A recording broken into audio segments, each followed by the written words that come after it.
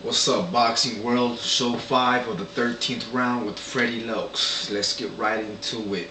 This week we're going to talk about last week's fights, which we saw Godfrey, TKO, Felix Cora Jr. in a pretty good, exciting 2-round fight. I was excited. It was Friday night, fresh off of work. Wanted to see some good fights, and it was pretty action-packed for what it lasted. And on Saturday we had Chico versus Joshua CLOTTEY, and we pretty much all expected CLOTTEY to do what he did. I didn't think Chico was gonna hang in there the whole 10 rounds, but really, that fight could have got stopped. That fight could have got stopped in about the 6th or 7th round. I mean, it was brutal. It makes me wonder how do we go from seeing Joe CALZAGHE versus Peter MANFREDO, which I saw at about 2 p.m. here in Southern California, get stopped so early, and then a couple hours later we go on to see Dio Corrales get brutally beaten. I mean, round after round after round. I mean, it was clear he was never going to win the fight, but his heart, his warriorism, everything kept him in there, and kept everybody thinking he was going to land that lucky punch. And he did land a couple of good hooks, but he didn't break CLOTTEY one bit, so it was pretty much expected. And I wouldn't mind seeing Diego hang him up already. He's been around the block quite a few times, and I really think it's time for him. And if he's gonna keep fighting, I mean, stay in shape, stay active. You can make 140, you know. Just don't gain 20-30 pounds after a fight. Stay in shape, and on a good diet, I do believe he could make 140. Because even at 147, he looked a bit pudgy. You know, and he did show he can take a shot, but that's not what we want to see from Diego. We want to see that he can keep on winning fights if he's going to continue to fight. I don't want to see him keep getting beat and suffer severe brain damage in the future. You know, I don't want to see that. Back to the CALZAGHE fight. I mean, another fight that was pretty much clear who was going to be the victor. But if 35,000 fans fill an arena, I mean, at least give them what they want. Don't stop the fight after a couple of pity pat punches. You know, I mean, I'm a CALZAGHE fan, but those punches he was throwing when they were stopped were being avoided. Were not hard punches. Were not landing. And the important part is that MANFREDO was still in it. He wasn't throwing, but he was dodging. He was using his defensive skill to avoid those shots. And I don't know where the ref steps in. And I think it was a pretty bad night for HBO. You know, 35,000 fans plus they paid for us to watch that. I mean, I wasn't impressed at all. I'm glad it's over. Next up, you know, I hope CALZAGHE steps up. You know, and I want to see him in there with Kessler. If not Kessler, then maybe some pretty big middleweights like Miranda or Taylor, or you know, somebody that'll make the trip worthwhile. You know. We also have this Saturday live from the Alamo Dome in San Antonio, Texas. We have Julio Cesar Chavez Jr. versus Anthony Scholler. We have Brian Viloria versus Edgar Sosa. Jorge Arce versus Christian Mijares, and Manny the Destroyer PACQUIAO versus Jorge Solis. I like the Destroyer better than Pac-Man, so I'm going to use that. As far as the fights go, I think Chavez Jr. is going to do what he does best. He's probably going to knock him out, you know. I wouldn't mind seeing him go the distance just to see what he's made of in the later rounds. But I think he'll take care of Anthony Scholler under about 6 maybe. But I would like to see him go the distance just to see his heart tested in the 9th and 10th round. Brian Viloria, I believe, will make a statement against Edgar Sosa. He now has Joe Goosen in his quarter, and Goosen really gets into it with his fighters, and they build a good relationship. And I don't think Brian Viloria is going to get left out in the front yard how Freddie Roach left him due to a lot of fighters that Freddie Roach had. But I think it's Viloria's time. But I also want to see him move up. You know, 108, I mean, I know he can bang with the guys at 112. Why not move up? You know, if you want a bigger name for yourself, why not move up? But I think he's going to make a statement after his last 3 fights. You know, I don't know. I think he's going to come out and make a statement.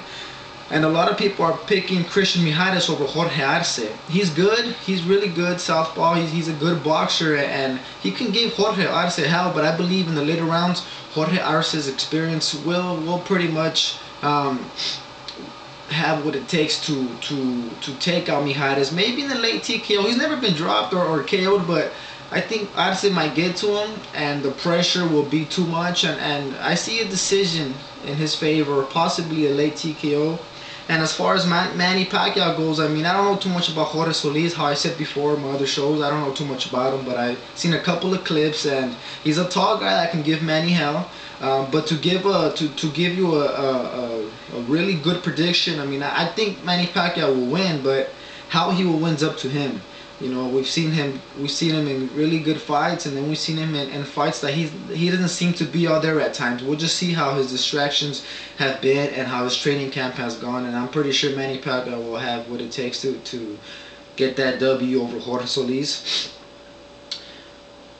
Something else I wanted to talk about was Frank Warren offered Jermaine Taylor $4 million to fight CALZAGHE in the UK in July. You know, Jermaine Taylor has a fight coming up, and they offer him $4 million, which is good, but they're making these offers, and they expect these boxers to just right away, you know, like sign or go over there and fight him. Kessler's another one. Kessler already said yes for September. CALZAGHE wants July. His team wants July. You know, let's do what it takes to make the fights happen. You know, I mean, if these fighters are busy or need a little or need a layoff, let's give them. You know, Joe, you said you fractured your hand. I mean, obviously you need a layoff too if that's true. Let's not just make these offers and expect them to sign and then say they're ducking you. I mean, it takes time. You know, Kessler just fought and he won pretty clear, but it was pretty tough for him. You know, you just had an easy fight, and you said you broke your wrist. Taylor has a fight with Spinks, you know, and you're offering him a fight for July. Even though I would love to see it,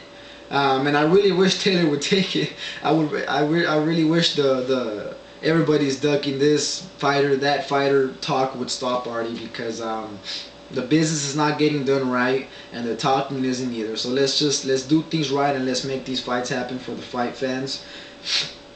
Another good thing is this Saturday the US will be airing the Nikolai Valdo versus Ruslan Shagayev fight live on the MSG network. So check your local listings. Don't miss that fight.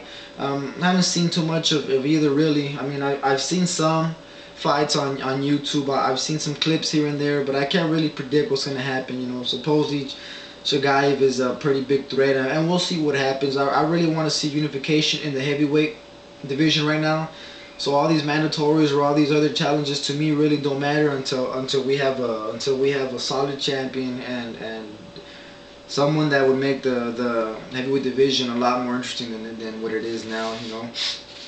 We also have Vic Darchinyan versus Fernando Montiel building up, and Vic already beat Montiel's brother, so it's going to be pretty interesting to see how that turns out. I think Montiel has what it takes to beat him. I mean, he did lose a close decision to Johnny Gonzalez, who just beat Irene Pacheco, who many say was beating Darchinyan on the cards before it was stopped. So it's going to be pretty interesting to see that. I'd really love to see this fight happen.